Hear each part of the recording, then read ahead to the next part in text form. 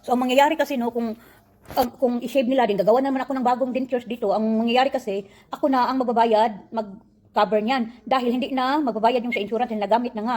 So sabi ko kay Mr. Roy, kung ganyan naman lang din na ako na ang 100% na magbayad, ay mas pipiliin ko pa na doon na lang ako sa Pilipinas. At least magkaintindihan kami ng dentista. Kasi dito, maghirap, ang sakit-sakit pa ng bibig ko, ang hirap-hirap pa mag-English. At least dyan sa Pilipinas, magkaintindihan kami, no? Magkaintindihan kami ng dentista ba na pag i-describe yung saan masakit banda, o dyan, lower gamay, lower gan, i-adjust mo konti dyan, ganyan, magkaintindihan kami ba? Ganyan. So, at the same time, nalulungkot din ako nung naiwan yung mister ko, lalo pa at ang dami naming mga inaalagaan dito. May garden kami, may mga manok, tapos may mga repair-repair pa kaming ginagawa dito sa bahay. Pero yun nga, sabi ko sa kanya, yung sa garden, mag-survive na lang yung gusto mag-survive, huwag niya nang alalahanin. Yung sa mga manok lang, ang pagpapakain lang talaga sa mga manok. At usually, pinipre-range ko sila, pero binabantayan ko. Pero ngayon na siya lang, sabi ko sa kanya, pwede i-limit na lang din. Kasi natatakot akong i-pre-range, tapos walang magbabantay. Pag siya mag-pre-range, hinahayaan niya lang. Pero ayoko kasi may mga predator kasi dito guys, may mga bobcat, may mga raccoons, ganyan.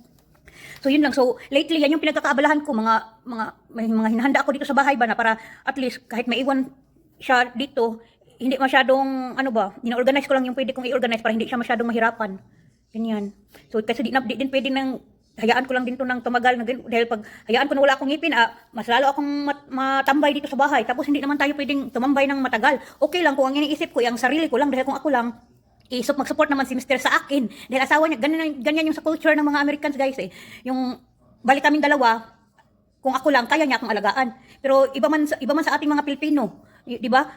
Tutulong pa man tayo diyan sa mga pamilya natin sa Pilipinas. Pero pag ganyan na, ibang usapan na yan, hindi na yan mag-ano si Mr. Kung tutulong man siya, limited lang. Dahil di ba, help is kasi yung help willingly given, ganyan. So kung ano lang yung gusto niyang ibigay, pero kung aasa lang sa kanya sa mga ganyan-ganyan, ay hindi talaga pwede guys. Kailangan talaga nating magtrabaho para may ano yung gusto nating ipadala o ibigay diyan sa Pilipinas sa mga pamilya natin is magawa natin. Ganyan, dahil iba yung culture nila dito. Yung kung ako lang, okay lang sa mister ko na alagaan na ako, ganyan, i-support niya ako, pero kaya okay lang kahit di ako magtrabaho na ganyan. Pero pag sa padala na sa Pinas, ay ibang usapan na yan. Kaya ayaw ko na din talaga matambay ng matagal. Kaya uuwi ako, paggawa ko tong ngipin ko para pagbalik ko dito, makapagtrabaho ulit ako agad guys. Dahil mag 2 months na, August ata, mga August 19, binunot lahat yung ngipin ko. August, September, October. Mag 2 months na akong natambay guys. Ganyan.